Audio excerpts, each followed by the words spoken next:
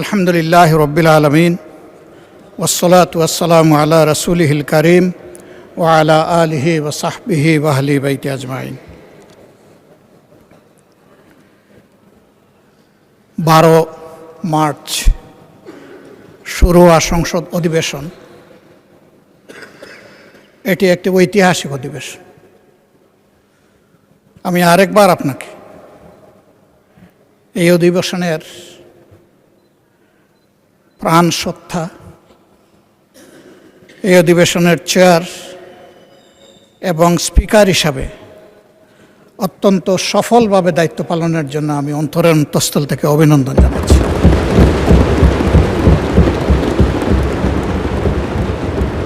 মাননীয় স্পিকার,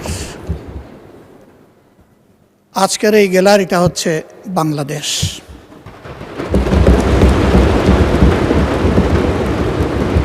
এই গ্যালারির দিকে তাকিয়ে আছে বাংলাদেশ। এই গ্যালারির দিকে শুধু বাংলাদেশে অবস্থানরত বাংলাদেশিরা নয়, সারা বিশ্বে ছড়িয়ে ছিটকে থাকা যত বাংলাদেশি আছে তারা সবাই আজ তাকিয়ে আছে। তারা এটাকে তাদের একটা প্রত্যাশার ঠিকানা হিসাবে দেখতে চায়। দীর্ঘ সময় ধরে চলমান এই অধিবেশন নিশ্চয়ই আমরা সবাই বিপুল প্রত্যাশা নিয়ে এবং দায়িত্ববোধ নিয়ে এখানে আমরা অংশগ্রহণ করেছি। আমি, সরকারি দল, বিরোধী দল এই দীর্ঘ সময় ধৈর্য ধরে আগ্রহ ভরে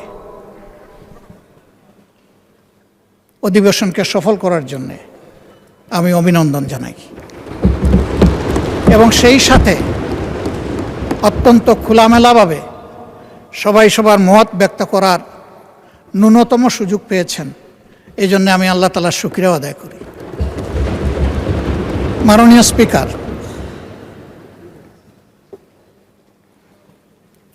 আমি গভীর শ্রদ্ধার সাথে স্মরণ করব আমার সম্মানিত কৃষক পিতা, যিনি অতি সাধারণ গ্রামের একজন অতি সাধারণ কৃষক ছিলেন। আমি সোনার চামচ এবং রূপার কাঠি হাতে নিয়ে জন্ম নেইনি। আমি এমন একটি জায়গায় জন্মগ্রহণ করেছিলাম যেখানে আমি অভুক্ত মানুষের সংগ্রাম দেখেছি। আমি দেখেছি 2টা মাস আসলে মানুষের মধ্যে দারুণ হাহাকার, একটা চৈত্র মাস আর একটা কার্তিক মাস। তখন বাংলা মাসেরই চর্চা হতো, এখন তো আমরা সবাই ইংলিশ হয়ে গেছি। এবং এই অধিবেশনে হয়ে আসে দেখলাম যে আমরা উর্দুও হয়ে গেছি। অধিবেশনের সুবাদে বিশেষ করে সরকারি দলের বন্ধুদের কাছ থেকে বুঝে না বুঝে উর্দু শুনে কিছুটা হলেও শেখার চেষ্টা করেছি। ধন্যবাদ তাদেরকে। মাননীয় স্পিকার, এই 2টা সময় মানুষ অগ্রিম তাদের শ্রম বিক্রি করে দিত। পেটের ক্ষুধায় ধান কাটার মৌসুমে একজন মানুষ যদি তখন 12 টাকা বেতনে কাজ করত, তাহলে অগ্রিম হিসাবে 5 টাকা বেতনেই পেটের ক্ষুধার কারণে তার শ্রম বিক্রি করে দিত। আলহামদুলিল্লাহ, বাংলাদেশ হাঁটি হাঁটি পা পা করে আজকে সেই অবস্থা থেকে উত্তরণ হয়েছে। তবে এটা ঠিক, আমাদের দেশ পরিচালনার দায়িত্ব যাদের উপর ছিল তারা যদি সততা, দক্ষতা এবং দায়িত্বশীলতার সাথে দেশ পরিচালনা করতেন, তাহলে 54 বৎসর অতীতে ফেলে আসা এই দেশটা আরো বহুদূর এগিয়ে যেত। এই জন্য ক্ষমতায় যখন কেউ থাকেন তখন তিনি অনেকটা ফিরিস্তার মতো অভিনয় করেন। অন্যদের শুধু দোষ দেখেন, দুর্নীতি দেখেন, অতীতের সব দুর্নীতি দেখেন। ওই মনে পড়ে গেল একজন মেহমানের কথা। উনি খাইতে বসেছেন, তো উনি হাত দেন না, অনেকক্ষণ বসে আছে। যিনি আতিথেয়তা করবেন তিনি এসে বললেন যে আপনি যে হাত দিচ্ছেন না। বলে কিসে হাত দিব, কয়েকটা ভাত দিয়ে রেখেছো, সাথে আর কিছু লাগবে না? কয়ে যে আপনি না একটু আগে এখানে এসে বললেন। হেই ধুত! তা আমি এসে জিজ্ঞেস করলাম যে কারে আপনি ধমক দিলেন? কয় না, ওইদিকে একটা পবিত্র ঘরে একটা কুকুর ঢুকতে লাগছিল, এখান থেকে 4000 মাইল দূরে, আমি একটু এখান থেকে তাড়িয়ে দিলাম। বলল বাহ, আপনি 4000 মাইল দূরের কুকুর দেখলেন, কিন্তু ভাতের নিচের আপনি রুশটা দেখতে পারলেন না।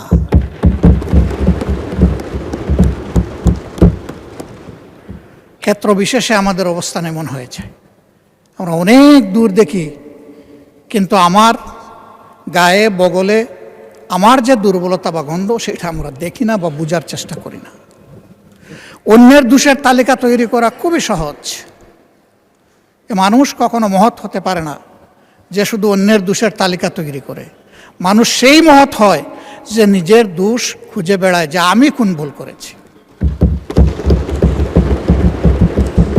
যখন মানুষটি নিজের ভুলের দিকে তাকায় তখনই তার সংশোধনের রাস্তাটা খোলা হয়ে যায়। আর অন্যের ভুল যখন খুঁজতে থাকে তখন তার কিন্তু আর ওই ভুল থেকে, নিজের ভুল থেকে ফিরে আসার রাস্তা বন্ধ হয়ে যায়। আমি এখানে এসে মাঝে মাঝে কনফিউশনে পড়ে যাই। আমি কি মহান জাতীয় সংসদে বসে আছি, নাকি আমি জেগে জেগে ঘুমাচ্ছি? আমি কি স্বপ্ন দেখছি, নাকি আমি বাস্তবেই ইতিহাস শিকার কোনো বিশ্ববিদ্যালয়ের ছাত্র হয়ে এখানে বসেছি? আমাদের 12 তারিখ থেকে শুরু করে আজকে 30 এপ্রিল পর্যন্ত চলে আসা বক্তৃতার আমি যদি ভুল না করি তাহলে 80 ভাগ ছিল ইতিহাস চর্চা। ইতিহাস চর্চা কোনো দোষের কাজ নয়। চলতে হলে জানতে হবে এবং অতীতকে ধারণ করে চলতে হবে, আবার অতীতের ভুল থেকেও শিক্ষা নিতে হবে। এটি হচ্ছে ইতিহাসের চাহিদা। কেন মানুষ আমাদেরকে এখানে নির্বাচিত করে পাঠিয়েছে? আমরা যখন এই নেতৃবৃন্দ সারা দেশ ঘুরেছি তখন শিশু থেকে বৃদ্ধ, নারী পুরুষ, শ্রমিক মজুর, মেহনতি জনতা, পেশাজীবী, ছাত্র শিক্ষক সবার সাথে আমাদের ইন্টারেকশন হয়েছে। একটা শিশু যখন আমাদের দিকে তাকায় থাকতো মনে হতো এই অবুঝ শিশুটি না বলা একটা জিজ্ঞাসা আমাদের দিকে ছুড়ে দিচ্ছে, আমি তো এই দেশের নাগরিক, আমি শিশু, আমাকে প্রোটেকশন দিন। আমি ঘর থেকে নিরাপদে বের হতে চাই, আবার আমি স্কুল থেকে নিরাপদে ঘরে ফিরতে চাই। আমি কি সেই প্রোটেকশন পাবো? এই শিশুটির না বলা ভাষা হয়তোবা এমন ছিল যে অন্য দেশের শিশুদের মতো আমিও কি আমার মেধা বিকাশের পরিচর্যা এবং সহযোগিতা এখানে পরিপূর্ণভাবে পাবো? হয়তো সেই শিশুটি অবলা ভাষার মধ্যে এমনটাও ছিল যে আমি কি একদিন বড় হয়ে মানুষের মতো মানুষ হয়ে রাষ্ট্রের সঠিক জায়গায় যে আমার মেধার সার্ভিসটা আমি দিতে পারব। একজন শ্রমিকের কাছে যখন গিয়েছি তখন ঘাম জড়ানো শ্রমিক, সে বলেছে আমি তো আমার শ্রমের ন্যায্য মজুরি তো পাই না, মর্যাদা পাওয়া তো কল্পনার বিষয়, স্বপ্নের বিষয়। আমি কি আমার মজুরি এবং মর্যাদাটা পাবো? ছাত্রদের কাছে যখন গিয়েছি তাদের জিজ্ঞাসা ছিল অস্ত্রের ঝনঝনানি মুক্ত আমরা কি একটি পবিত্র শিক্ষাঙ্গন পাবো, যেখানে শিক্ষকদেরকে পিতার মতো পাবো, সহপাঠীকে ভাই এবং বোনের মতো পাবো? এমন একটা শিক্ষাঙ্গন কি আমরা পাবো? এ ছিল তাদের জিজ্ঞাসা। চা শ্রমিকদের কাছে যখন গিয়েছি তাদের চাহনি, তাদের ভাষা ছিল আমরা কি একটু মানবিক মর্যাদা পাবো? এই সমাজ তো আমাদেরকে ন্যূনতম মানবিক মর্যাদাটাও দিচ্ছে না। একজন জেলের কাছে আমরা যখন গিয়েছি তার জিজ্ঞাসা ছিল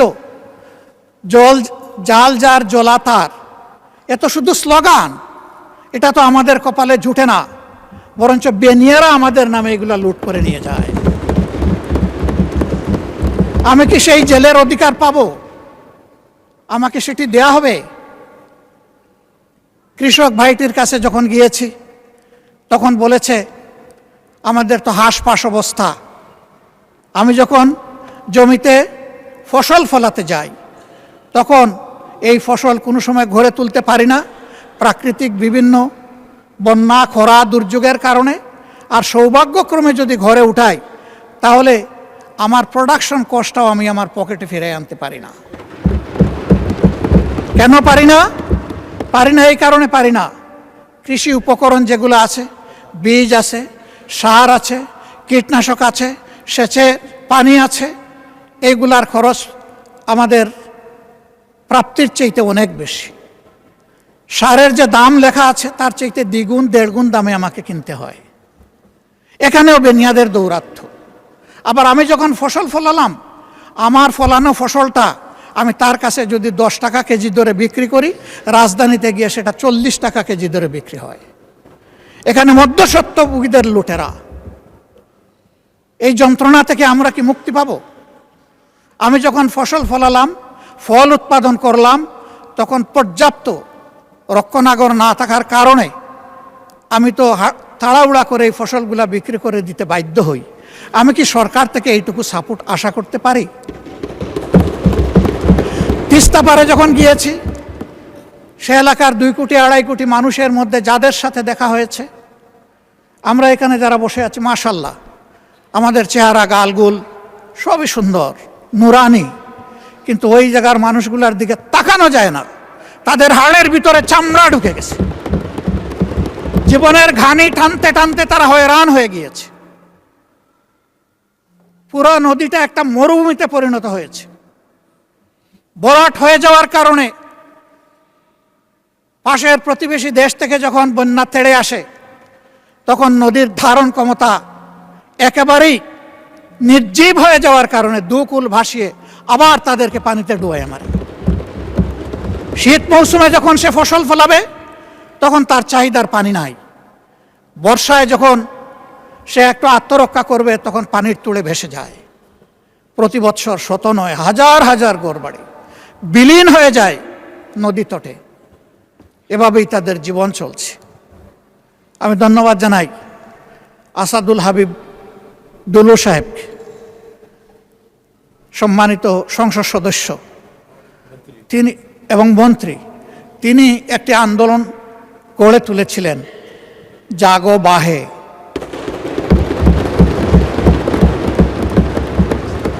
এই জাগা লোকগুলো এখন এই সংসদ, এই প্রধানমন্ত্রী, এই মন্ত্রী পরিষদ, এই সরকার আমাদের সবার দিকে তাকিয়ে আছে। আমাদেরকে তো জাগিয়েছে তো ঠিকই, আমরা কিন্তু আমাদের দাবি এখন বাস্তবায়ন হচ্ছে দেখতে চাই। মাননীয় স্পিকার, তিস্তা মহাপরিকল্পনা বাস্তবায়নের গল্প শুনতে শুনতে মানুষগুলা ক্লান্ত।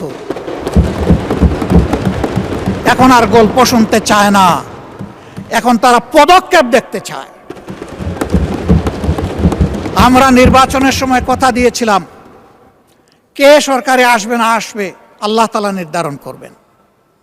আমরা যদি সে সুযোগ পাই, আমাদের প্রথম পদক্ষেপ হবে তিস্তা নদীতে প্রথম কুদালটা কূপ মেরে।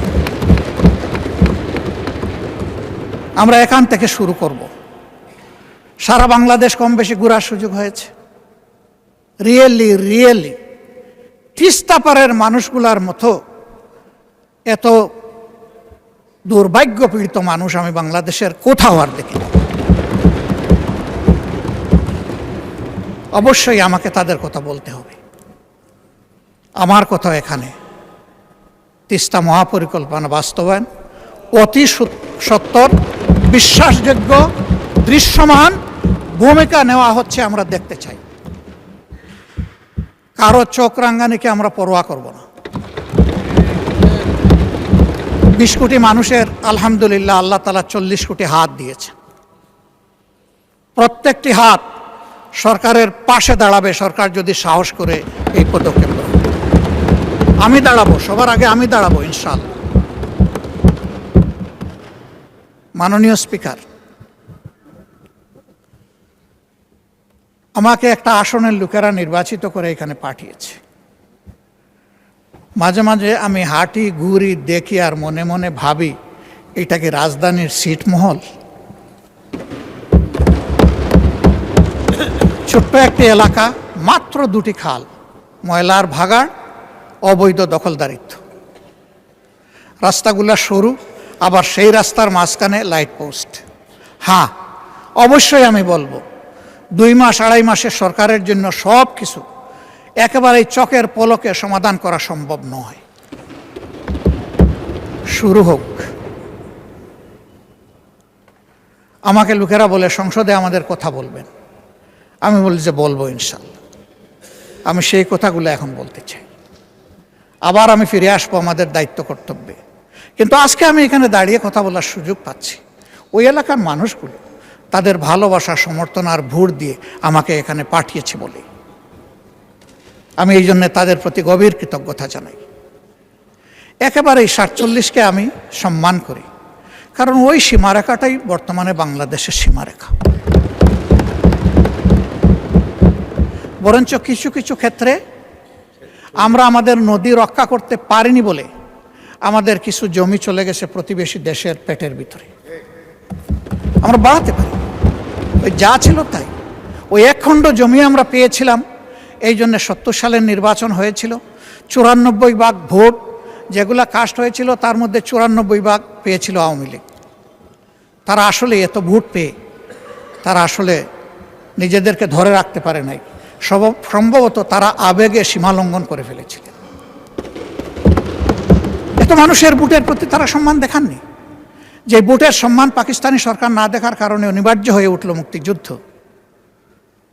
তারাই সেই ভোটটাকে আবার গলা টিপে হত্যা করলেন। তারা বাকশাল কায়েম করলেন।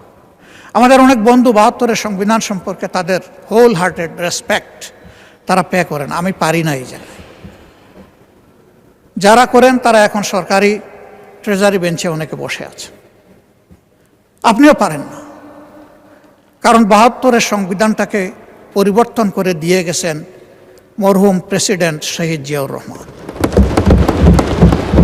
তিনি 72-এর জায়গায় ওটা রাখেন নাই। যে জায়গাগুলো তার দৃষ্টিতে সংস্কার মেরামতের দরকার ছিল তিনি করেছেন। তাইলে এখন কেমনে আমরা বলতে পারি যে আমরা 72-এর সংবিধান চাই? এটা তো আমরা বলতে পারি না। আমাদেরকে এমনভাবে বলা হয় আমরা যেন সংবিধানই মানি না। তো সংবিধান না মানলে এখানে আসলাম কেমনে, বসলাম কেমনে, এই দেশে বসবাস করি কেমনে? উই আর ল অ্যাবাইডিং পিপুল। যত সময় পর্যন্ত দেশে বিদ্যমান সংবিধান আছে আমরা তার বিরুদ্ধে আন্দোলন করতে পারি কোনো পরিবর্তনের জন্য, কিন্তু বিদ্রোহ করব না। একজন নাগরিক হিসাবে এটাই আমার দায়িত্ব। আমি আমার দাবি অব্যাহতভাবে জানিয়ে যাব যতক্ষণ পর্যন্ত আমার দাবি বাস্তবায়ন না হবে। তবে হ্যাঁ, আমার দাবিটা যদি যৌক্তিক না হয় তাহলে এটাকে আমি যে কোনো সময় অ্যাবান্ডন ঘোষণা করতে পারি, তাতেও কোনো সমস্যা নেই। মাননীয় স্পিকার, এই ছোট্ট এলাকাটি মাত্র 2টি থানা নিয়ে গঠিত, কাফরুল এবং মিরপুর। মিরপুরের পুরাটা না, আংশিক। এই জায়গাটির মধ্যে কিছু অবকাঠামোগত সমস্যা আমাদের রয়েছে, সেগুলোর দিকে একটু নজর দেওয়ার জন্য আমি সংশ্লিষ্ট মন্ত্রণালয়ের সম্মানিত মন্ত্রীবর্গকে আহ্বান জানাবো, অনুরোধ জানাবো। ইব্রাহিমপুর বাজার এলাকার যানজট নিরসনে মাস্টার প্ল্যান অনুযায়ী 100 ফুট রাস্তা বাস্তবায়ন এবং উত্তর কাফরুলের 350 মিটার দৈর্ঘ্য সরু রাস্তাটি প্রশস্তকরণ জরুরি। প্রথমটা একটা মাস্টার প্ল্যান আগে থেকে আছে, এখন এটা বাস্তবায়ন হওয়া দরকার। এই এলাকায় প্রায় যানজট লেগে থাকে, অসহনীয় যানজট। সেই জায়গাটার দিকে আমি দৃষ্টি আকর্ষণ করলাম। 4 নম্বর ওয়ার্ডের সরকারবাড়ি মোড় থেকে পলাশনগর এবং 13 নম্বর ওয়ার্ডের বড়বাগ থেকে পূর্ব মণিপুর পর্যন্ত অত্যন্ত জরাজীর্ণ রাস্তাগুলোর দ্রুত সংস্কার। বছরের পর বছর ভাঙ্গা চূড়া পড়ে আছে। এখানকার কন্ট্রাক্টর নাকি পালিয়ে গেছে, তো এখন কন্ট্রাক্টর আবার ফিরে এসে যতক্ষণ পর্যন্ত ওই ফ্যাসিস্টরা ধরা না দিবে ততক্ষণ পর্যন্ত কি মানুষগুলোকে এই যন্ত্রণা ভোগ করতে হবে? মাননীয় স্পিকার, এর তো একটা সমাধান হওয়া দরকার। এই জন্যে আমি মাননীয় স্থানীয় সরকার মন্ত্রণালয়ের সম্মানিত মন্ত্রীকে আমি অনুরোধ করব তিনি সদয় দৃষ্টি দিবেন। ইব্রাহিমপুর এবং উত্তর কাফরুলের রাস্তার মাঝখানে অবস্থিত বিদ্যুতের খুঁটিগুলো জরুরি ভিত্তিতে সরানো দরকার। এর মাঝে বহু অ্যাক্সিডেন্টও হয়েছে এগুলোকে কেন্দ্র করে, এবং রাস্তা এত সরু, তার মাঝখানে আবার ইলেকট্রিক লাইট পোস্ট। এটা একেবারেই সময়ের দাবি হয়ে দাঁড়িয়েছে। মিরপুর 10 থেকে আগারগাঁ পর্যন্ত জলাবদ্ধতা দূর করতে এখানে বগালে খালের অবৈধ দখল উচ্ছেদ এবং গভীরতা বৃদ্ধি করা একান্ত প্রয়োজন। মণিপুর ও শেওড়াপাড়া এলাকার পুরাতন ও সরু সুয়ারেজ পাইপ পরিবর্তন করে বড় মাপের বা ব্যাসের পাইপ সেখানে স্থাপন করা অতি জরুরি। এখন বর্ষা হলে ওই 52 ইঞ্চি বর্ষার কোনো দরকার পড়ে না, বৃষ্টির দরকার পড়ে না। সামান্য বর্ষা হলেই সেখানে ফ্লাড শুরু হয়েছে। এই জন্য বলছিলাম যে এটা ছিটমহল কিনা আল্লাহই ভালো জানে। মাননীয় স্পিকার বাউনিয়া বাদ এবং একটা শব্দ এখানে আছে, আমি না বলে পারছি না যেহেতু ওই নামেই এটা পরিচিত, বগারমার খাল। সেই খালের পর নির্মিত নিচু কালভার্টগুলো পানির স্বাভাবিক প্রবাহে বাধা দিচ্ছে। এইগুলো পুনর্নির্মাণ একান্ত প্রয়োজন। কতগুলো এলাকায় পানির জন্য এখন হাহাকার। গ্রামাঞ্চলে সুপেয় পানি পায় না, সেখানে হয়তো আর্সেনিকযুক্ত পানি, কিন্তু পানি পায়। আর এইখানে পানিই পাচ্ছে না।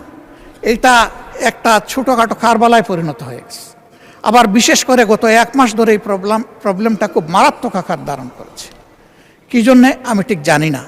এই বিষয়ে ওয়াসার এমডির সাথে কথা হয়েছে, সংশ্লিষ্ট তাদের কথা হয়েছে, কিন্তু এখন পর্যন্ত তার কোনো সমাধান হয়নি।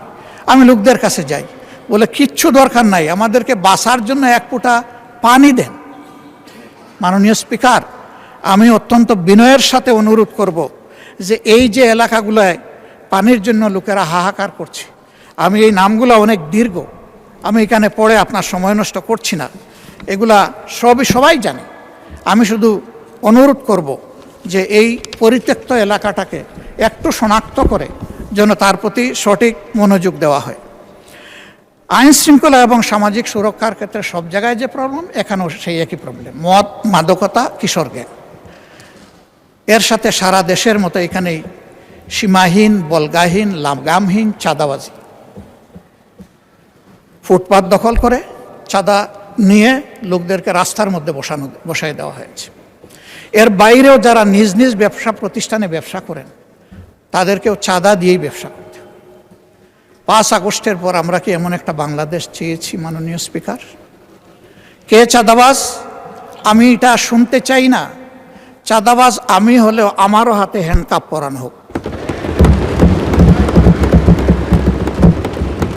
চাঁদাবাজ কোনো দলের হতে পারে না, এরা দলের নাম ভাঙানো বর্ণচূড়া।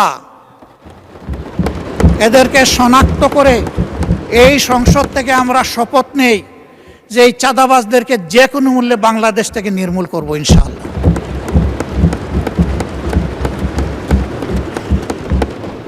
দখলবাজি নিয়ে বিভিন্ন জায়গায় ইনফাইটে কতগুলো মূল্যবান জীবন হরে গেছে। আমি তাদের জন্য দুঃখ প্রকাশ করছি। কেন? তারা তো এদেশেরই সন্তান, এইভাবেই মরতে হবে কেন?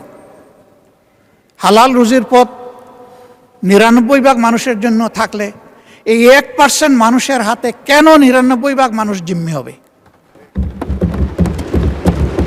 এদের যন্ত্রণা থেকে দেশটাকে মুক্ত করতে হবে মাননীয় স্পিকার। আইন শৃঙ্খলা পরিস্থিতির অবনতি উন্নতি আমি এগুলো বুঝি না। যে সরকার আসে আইসেই বলে যে আগের চেয়ে এখন অবস্থা ভালো। এই আগটা কি সেটাও বুঝি না। আমি এই আগ পাস কিছুই শোনার পক্ষপাতী নই।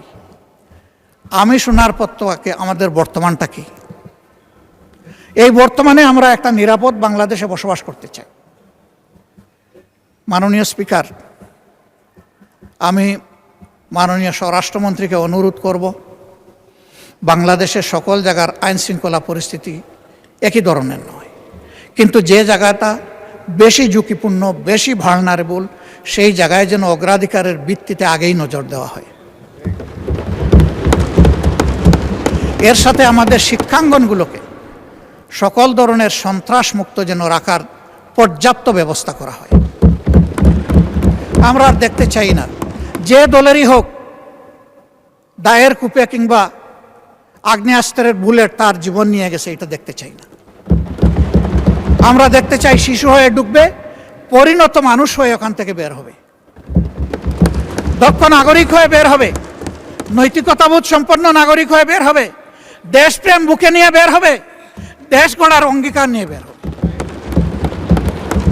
আমরা সেই শিক্ষা প্রতিষ্ঠানটা দেখতে চাই। মাননীয় শিক্ষামন্ত্রী আছেন, দেশকে যদি আগাতে হয় তাহলে শিক্ষা এবং স্বাস্থ্য এই দুইটাকে সর্বাধিক গুরুত্ব দিতে হবে। শিক্ষার প্রাণ হচ্ছে টারশিয়ারি লেভেলে, সেখানে রিসার্চ হবে, গবেষণা হবে, জাতির ভবিষ্যৎ ওখান থেকেই বের হয়ে আসবে।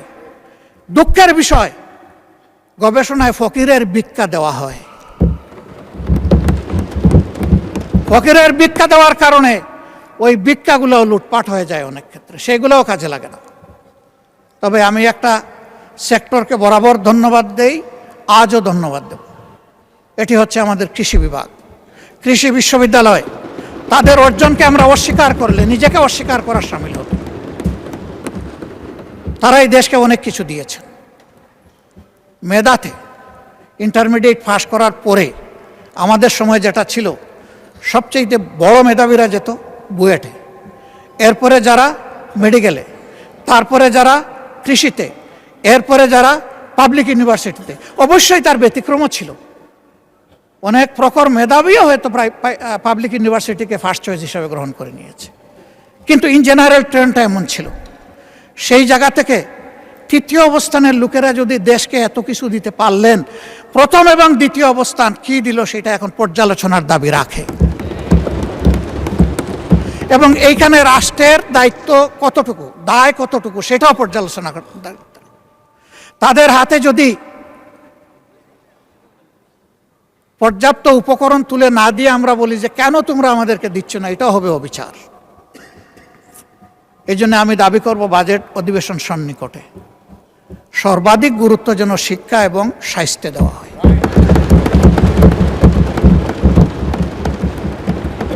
যদি একটা সুস্থ সবল জাতি গঠন করতে হয়, অবশ্যই একটি সুস্থ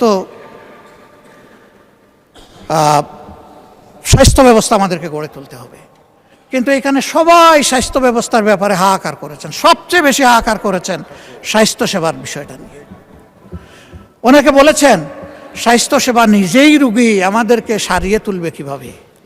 সঠিক, 1000 শয্যা বিশিষ্ট হাসপাতালে রুগী ভর্তি থাকে 3700। How could be possible? আবার এখন অন্য সমস্যাও দেখছি। এই ফ্যাসিস্ট আমলে যোগ্য দক্ষ ডাক্তারদেরকে বহু দূরে বদলি করা হয়েছে, যেখানে তাদের মেধারও কোনো মূল্যায়ন করা হয়, এবং সেখানে এটাকে কাজে লাগানোরও কোনো সুযোগ ছিল না। আবার অনেককে ওএসডি করা হয়েছে।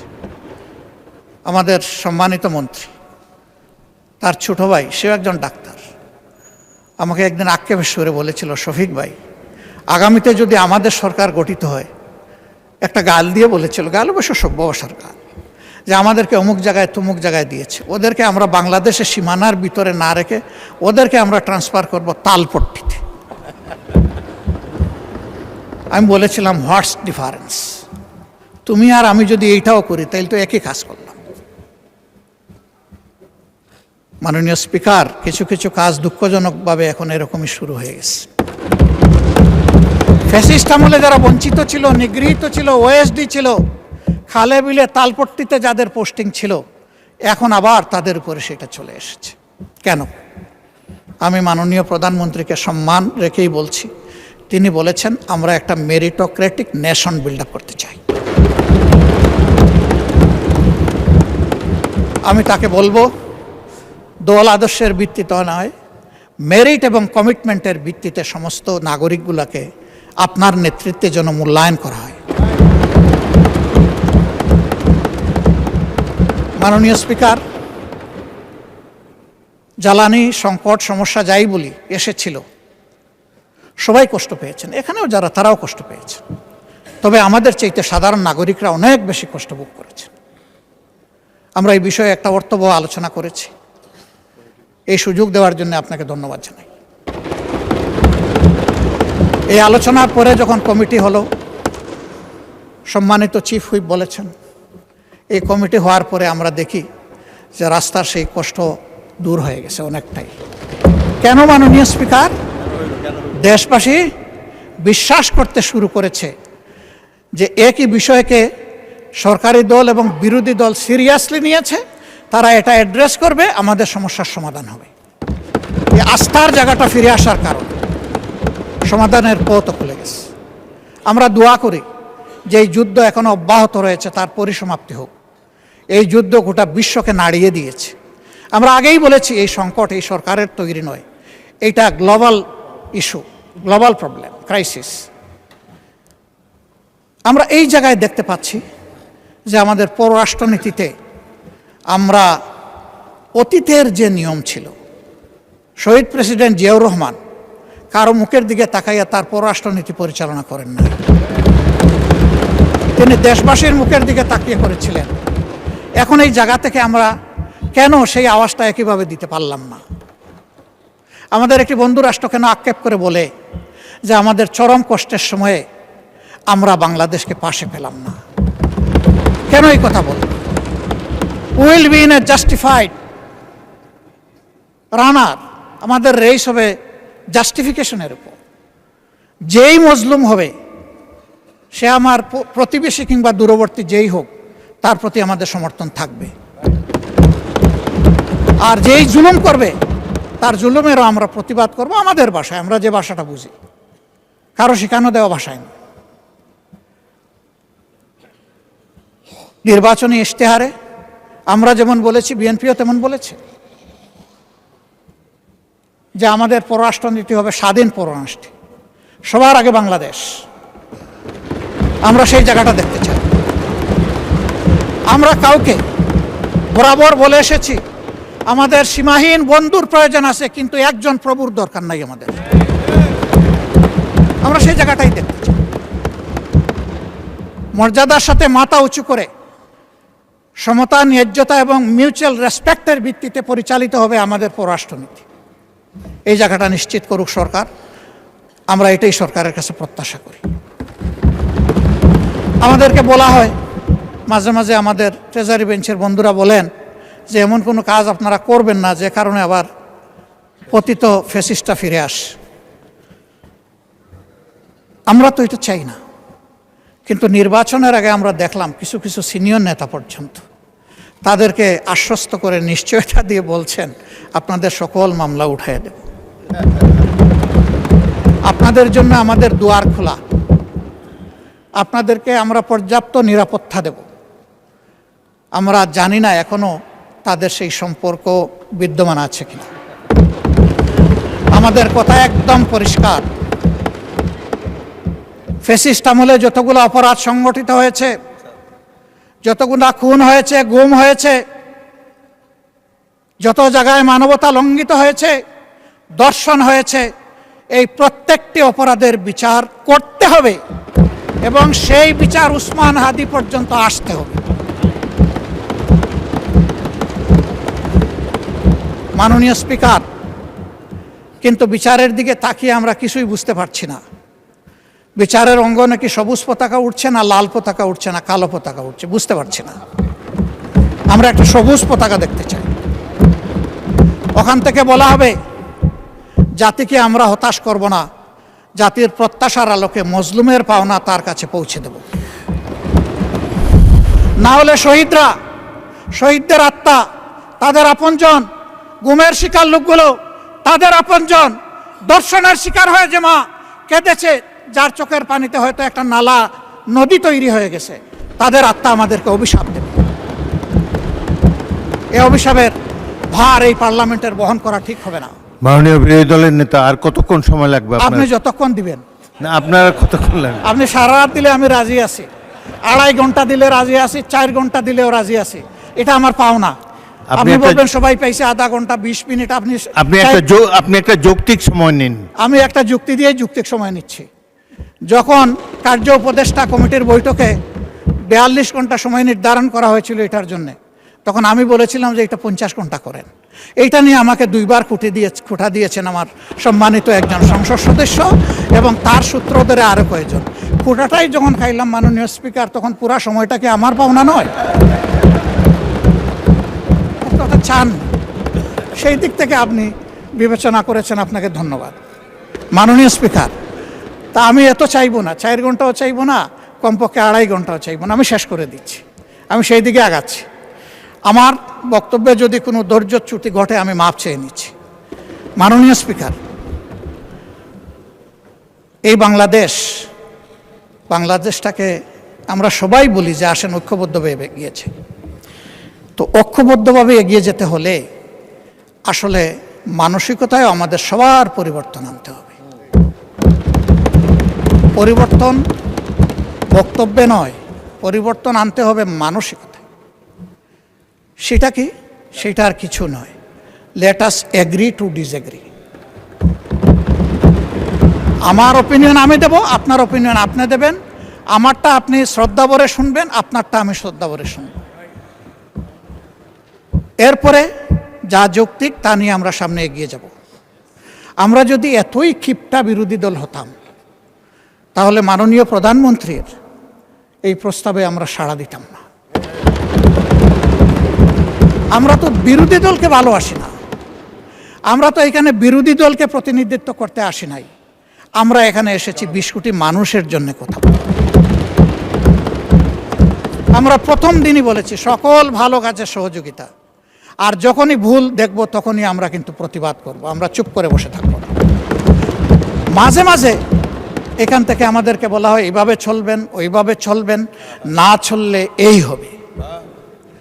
আসলে কি হবে সেইটা দেখতে দেখতেই তো বাংলাদেশিরা আজকে এই জায়গায় এসে দাঁড়িয়েছে। এটা মজলুমের মিলন মেলা, আমরা সবাই দেখে দেখে এখানে এসেছি। আর কপালে যদি ওই দেখা থাকে আরেকবার দেখবো, অসুবিধা কি? জনগণের জন্য কাজ করতে গিয়ে একবার কেন 100বার দেখবো, তাতে অসুবিধা কি? এতেও কোনো অসুবিধা নাই। হ্যাঁ, আমি সর্বশেষ উদাহরণ দেব, যখন কেউ ক্ষমতায় থাকে তখন ওই রকমই কথাবার্তা সুন্দর করে বলে, গলার আওয়াজ বেড়ে যায়, চেহারার ভাবমূর্তি অন্যরকম হয়ে যায়। এই যে আমাদের জুলাই যোদ্ধারা যারা নেতৃত্ব দিচ্ছিল, আমাদের তরুণ যুব সমাজ, তাদেরকেও তো ডিবিটে নিয়ে অনেক কিছু করা হয়েছে, কাণ্ডকারখানা। তাদের সেই দিনের করুণ আহাজারি আর্তনাদ জাতি দেখেছে, বিশ্ব দেখেছে। কিন্তু তাই দিয়ে কি আন্দোলন দমানো গেছে?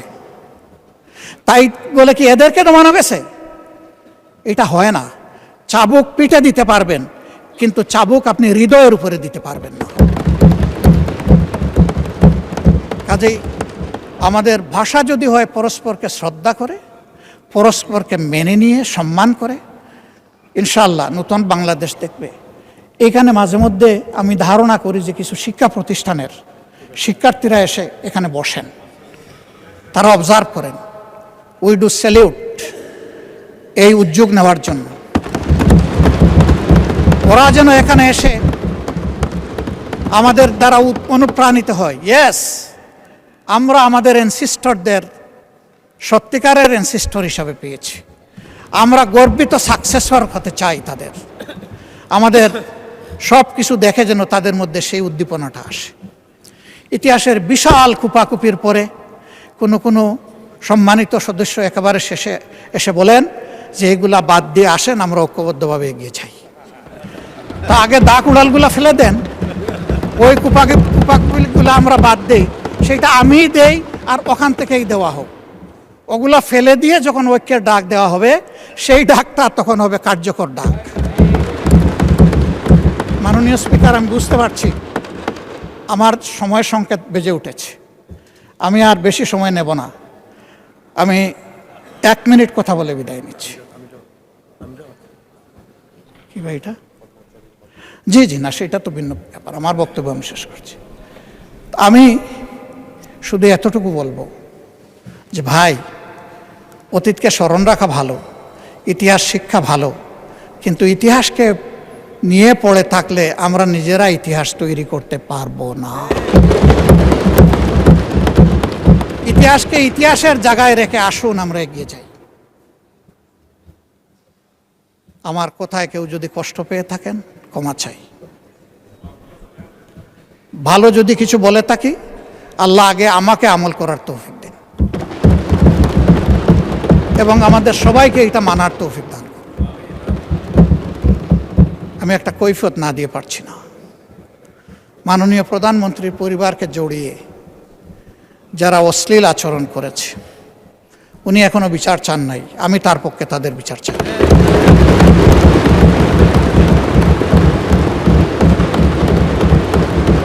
ওনার মেয়ে, আল্লাহ তাআলা আমাকেও 2টা মেয়ে সন্তান দান করেছেন। আমার মেয়ে, ওনার মেয়ের সম্মান মানে আমার মেয়েরও সম্মান, মানে আমাদের মেয়েরও সম্মান।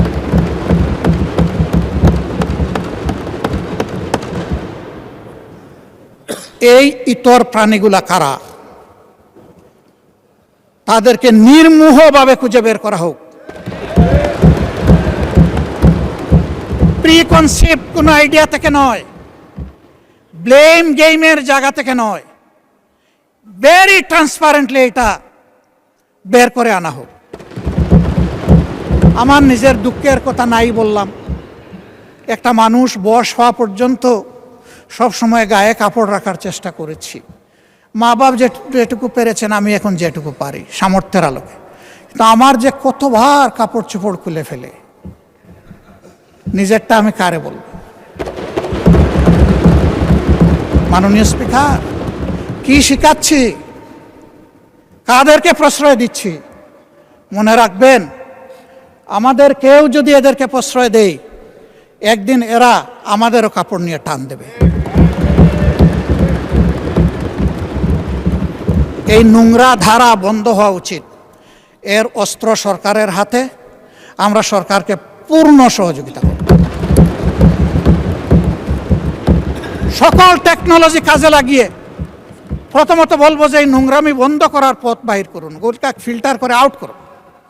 তারপরে বলবো ইনসিডেন্টালি ওর অ্যাক্সিডেন্টালি কিছু হয়ে গেলে সেইটার কঠোর ব্যবস্থা নেই। আমি সংসদ সদস্যরা 2জন দাঁড়িয়ে তাদের নিরাপত্তা চেয়েছেন। আমি খুশি হতাম তারা যদি বলতেন আমরা আমাদের নিরাপত্তা চাই না, আমরা 20 কোটি মানুষের নিরাপত্তা চাই। আমি বলবো আমরা 20 কোটি মানুষের নিরাপত্তা চাই। আমি ধন্যবাদ জানাচ্ছি বিশেষভাবে এই অধিবেশনকে সফল করতে যারা প্রচুর খাটুনি করেছেন, কষ্ট করেছেন। সমস্ত কর্মচারী কর্মকর্তাবৃন্দ, মিডিয়ার লোকেরা যারা শৃঙ্খলার দায়িত্বে ছিলেন, তারা সবাইকে আমি ধন্যবাদ জানাচ্ছি বিরোধী দলের পক্ষ থেকে বা সারা অধিবেশনের পক্ষ। অতীতের রেওয়াজ এইটাকে সামনে রেখে, এইটা তাদের পারিশ্রমিক নয়, তাদের প্রতি সম্মান এবং ভালোবাসার নিদর্শন স্বরূপ আমি অনুরোধ করব মাননীয় স্পিকার, আপনি তাদের এক মাসের পরিমাণ বেতনের একটা ইনসেন্টিভ তাদের হাতে এই অধিবেশন শেষ হওয়ার সাথে সাথে সেই সিদ্ধান্তটি আপনাকে নেওয়ার জন্যে আমি আমার সমস্ত কর্মকর্তা কর্মচারী ভাই বোনদের পক্ষ থেকে আমি আপনাকে অনুরোধ জানাচ্ছি। তবে এই দিয়ে তাদের অবদানের সম্পূর্ণ কৃতজ্ঞতা আদায় করা সম্ভব নয়। আমি বিশ্বাস করি আমরা যেমন দেশের জন্য কাজ করেছি, এই কয়টা দিন তারা সীমাহীন পরিশ্রম করেছেন দেশের জন্যে, ইনশাআল্লাহ তারা সম্মানিত হবেন। মাননীয় স্পিকার, আপনাকে ধন্যবাদ। আসসালামু আলাইকুম ওয়া রাহমাতুল্লাহ।